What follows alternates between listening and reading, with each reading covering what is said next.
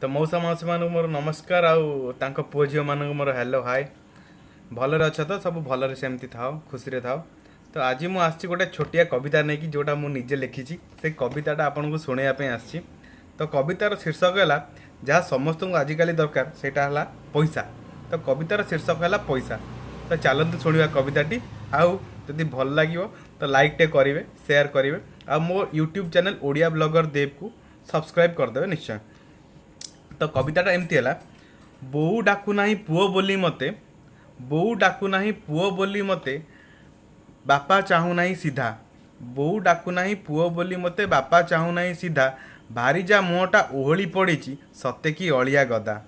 भारीजा मुहटा ओहली पड़ी सते कि अलिया गदा सान भाईटा मो मुह बुलाऊँच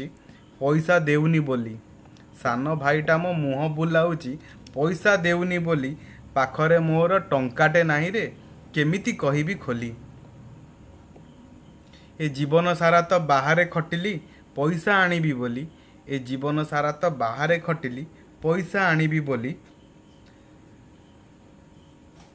एबे घर को आसीची घरे मु बसीची आउ पारिलिनी बोली एबे घर को आसीची घरे मु बसीची आउ पारिलिनी बोली भारीजा मोहर कथा हेउ नाही बापा घर गला चाली भारीजा मोहर कथा हेउ नाही बाप घर गला चाली ए अकुआ कथाटा काहाकू कहबी किए बा बुझिब व्यथा बाबू ए नोट बिड़ा परा पाखरे नथिले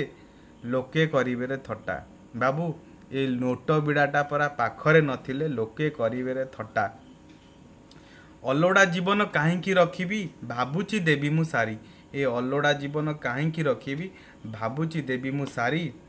नई रे डेई अबा विष पीकी मु नई रे डेई अबा विष पीकी मु अक्लेशरे जीवी मरी अक्लेशरे जीवी मरी अक्लेशरे जीवी मरी। धन्यवाद। कविताटी जदि भल लगी मो निज लेखा